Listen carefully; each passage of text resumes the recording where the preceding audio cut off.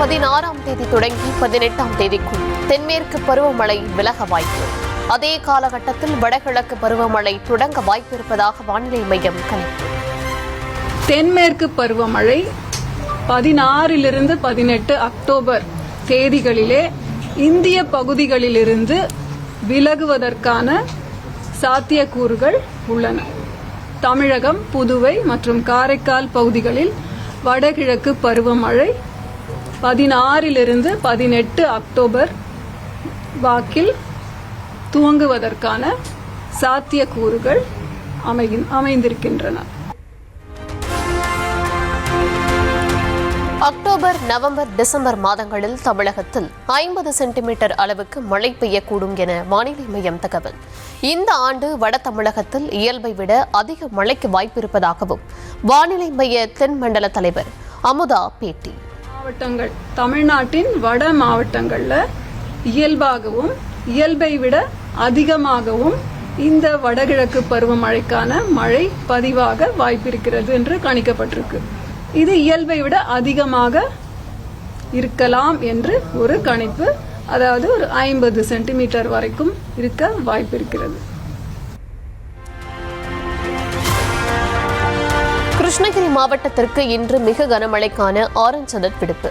கோவை, நீலகிரி, ஈரோடு, தருமபுரி, சேலம், திருவண்ணாமலை, தேனி, மதுரை, தென்காசி உள்ளிட்ட 14 மாவட்டங்கள் மற்றும் புதுச்சேரியில் கனமழைக்கு வாய்ப்பு.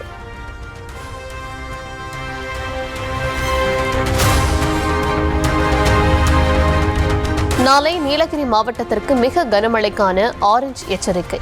திருப்பூர், திண்டுக்கல், மதுரை, சிவகங்கை, சேலம், கோவை உள்ளிட்ட 10 மாவட்டங்களில் கனமழை பெய்யலாம் என்று கணிப்பு. சங்கரன் கோவில் மற்றும் சுற்றுவட்டார பகுதிகளில் சுமார் 30 நிமிடங்களாக விடாமல் கொட்டிய மழை.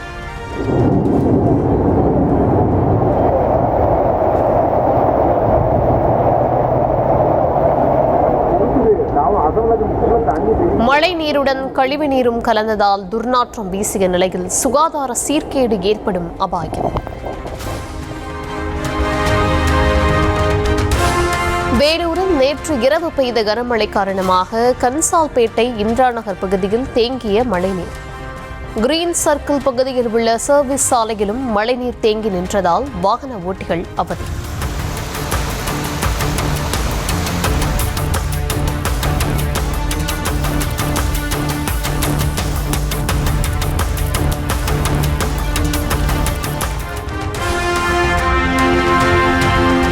ஒசூர் கெலவரப்பள்ளி அணையிலிருந்து வினாடிக்கு 4000 கன அடி வீதம் நீர் திறப்பு. தென்பெண்ணை ஆற்றங்கரையோர மக்கள் பாதுகாப்பாக இருக்க அதிகாரிகள் அறிவுறுத்தல்.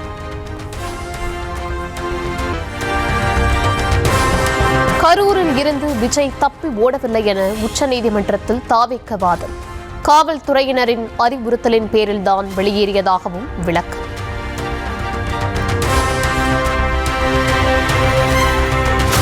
விஜயை கரூரில் இருந்து புறப்படுமாறு போலீசார்தான் கூறியதாக உச்சநீதிமன்றத்தில் தாவேக்க வாதம். கூட்ட நெரிசலில் பாதிக்கப்பட்டவர்களை சந்திப்பதற்கு நிர்வாகிகள் அனுமதிக்கப்படவில்லை எனவும் புகார்.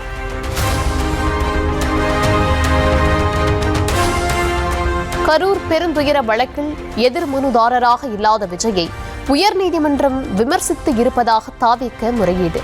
உயர்நீதிமன்ற மதுரை கிளை வரம்புக்கு உட்பட்ட வழக்கை சென்னை உயர்நீதிமன்றம் விசாரித்தது ஏன் என்று உச்சநீதிமன்றம் கேள்வி. கரூர் கூட்ட நெரிசலில் பாதிக்கப்பட்டவர்களை விஜய் சந்தித்தாரா இல்லையா என்பது தற்போது தொடர்பில்லாதது என உச்சநீதிமன்றம் கருத்து. சென்னை உயர்நீதிமன்றமும் உயர்நீதிமன்ற மதுரை கிளையும் ஒரே நாளில் வேறு வேறு உத்தரவுகளை பிறப்பிப்பது எப்படி எனவும் நீதிபதிகள் கேள்வி. கரூர் வழக்கை உயர்நீதிமன்ற மதுரை கிளை விசாரணைக்கு எடுத்துக்கொண்ட பிறகு உயர்நீதிமன்ற தனி நீதிபதி விசாரணை செய்ய வேண்டிய அவசியம் என்ன?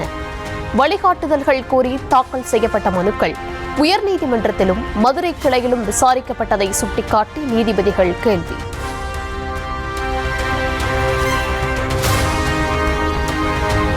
விஜய் தாமதமாக வந்ததே கரூர் கூட்ட நெரிசல் விபத்துக்கு காரணம் என்று தமிழக அரசு தரப்பில் குற்றச்சாட்டு.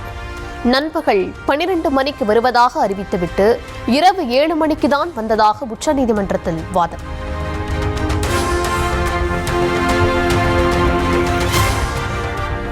முக்கியத்துவம் வாய்ந்த கரூர் கூட்ட நெரிசல் வழக்கை விசாரிக்க சிறந்த அதிகாரியை சென்னை உயர்நீதிமன்றம் தேர்வு செய்துள்ளது. தவிர்க்க முடியாத சூழலில் மட்டுமே சிபிஐக்கு மாற்ற வேண்டும் என உச்சநீதிமன்றமே தீர்ப்பு வழங்கியுள்ளதை சுட்டிக்காட்டி தமிழக அரசு தரப்பு வாதம். கரூர் பரப்புரை கூட்டத்தில் எவ்வளவு பேர் கூடுவார்கள் என்பதை காவல்துறை கணிக்க தவறிவிட்டது. காவல்துறை முழு தோல்வியடைந்து விட்டதாக நெரிசலில் சிக்கி உயிரிழந்த சிறுவன் பிரித்திக்கின் தந்தை தரப்பு வாதம். உயிரிழந்த சிறுவனின் தந்தையான உங்களது வலி தங்களுக்கு புரிவதாக அரசு தரப்பு கருத்து. பாதிக்கப்பட்டவர் என்ற அடிப்படையில் மட்டும் சிபிஐ விசாரணைக்கு அனுமதிக்க கூடாது எனவும் அரசு தரப்பு வாதம்.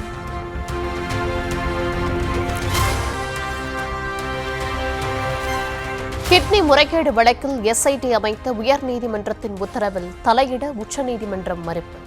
தமிழக அரசு தாக்கல் செய்த மேல்முறையீட்டு வழக்கை முடித்து வைத்தது உச்சநீதிமன்றம்.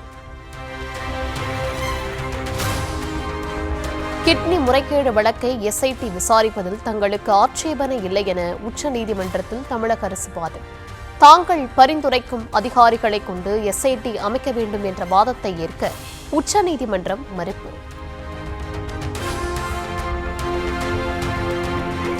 திமுகவுக்கு ஜால்ரா போடுபவர்தான் தமிழக காங்கிரசுக்கு தலைவராக முடியும் என தேர்தல் பிரச்சாரத்தில் இபிஎஸ் விமர்சனம். பல கட்சிகளில் இருந்த செல்வ பெருந்தகையை தலைவராக்கினால் காங்கிரஸ் தேய்ந்து கொண்டுதான் இருக்கும் எனவும் தாக்கு. நூற்றாண்டு விழா கண்ட கட்சி காங்கிரஸ் கட்சி. அந்த கட்சி நூற்றாண்டு விழா கண்ட கட்சி. பல கட்சிக்கு போயிட்டு வந்தவர்களாம் தலைவராக்கினா அந்த கட்சி தேய்ந்து கொண்டுதான் இருக்கும். அந்த கட்சியில விசுவாசமா இருந்து உழைத்தவர்களெல்லாம் அந்த இடமில்லை. ஆனால் திராவிட முன்னேற்ற கழகத்துக்கு யார் ஜால்ரா போடுறாங்களோ அவர்தான் காங்கிரஸ் கட்சிக்கு தலைவராக வர முடியும். திமுகவில் கருணாநிதி குடும்பத்திற்கு மட்டும்தான் பதவி என பட்டா போட்டு வைக்கப்பட்டுள்ளதா என இபிஎஸ் கேள்வி. 2026 சட்டமன்ற தேர்தல் குடும்ப கட்சியான திமுகவை வீழ்த்தும் தேர்தல் என மொடக்குறிச்சி தொகுதியில் இபிஎஸ் சொன்னார். என்ன திரு கருணாநிதி குடும்பம் என்ன அரச குடும்பமா? ஸ்டாலின் வருவாரு, உதயநிதி ஸ்டாலின் வருவாரு. என்ன தமிழ்நாட்டு அவர்களுக்கா பட்டா போட்டு வச்சிருக்குது? இங்க இருக்கிறவங்க யாராவது முதலமைச்சர் ஆள ஏற்றுக்கொள்ள மாட்டாங்களா? திமுக குடும்ப கட்சி. அந்த குடும்ப கட்சி வீழ்த்து தேர்தல் 2026 ஆண்டு தேர்தல் வீழ்த்துவீங்களா?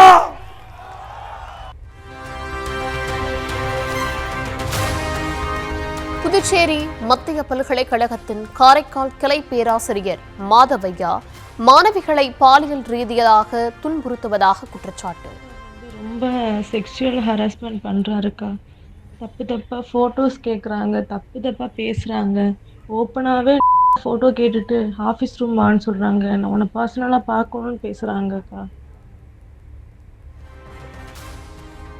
ஆபாச படங்களை வாட்ஸ்ஆப்பில் அனுப்ப கூறியும் இல்லாவிட்டால் மதிப்பெண் போட முடியாது என மிரட்டுவதாகவும் மாணவி ஒருவரின் ஆடியோ வெளியாகி அதிர்ச்சி. 10 மணிக்கு மேலே டெக்ஸ்ட் பண்ணுறது.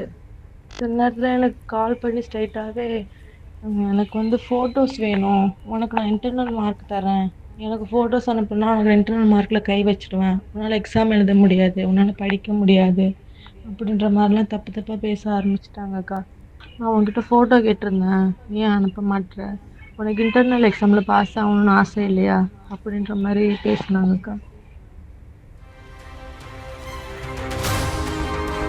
புதுச்சேரி மத்திய பல்கலைக்கழக பேராசிரியர் மீதான மாணவிகளின் பாலியல் புகார் மீது நடவடிக்கை எடுக்க முன்னாள் கல்வி அமைச்சர் கமலக்கண்ணன் வலியுறுத்தல். மாணவிகளின் ஆடியோவையே புகாராக எடுத்துக்கொண்டு கடும் நடவடிக்கை எடுக்க மாவட்ட ஆட்சியருக்கு கோரிக்கை. ஒரு இதாக எடுத்துக்கொண்டு காவல்துறையும் யூனிவர்சிட்டியுடைய உயர் அதிகார பொறுப்பில் உள்ள நடுநிலையான நியாயமான அதிகாரிகளும் இணைந்து இதன் மீது விரைவாக நடவடிக்கை எடுக்க வேண்டும்.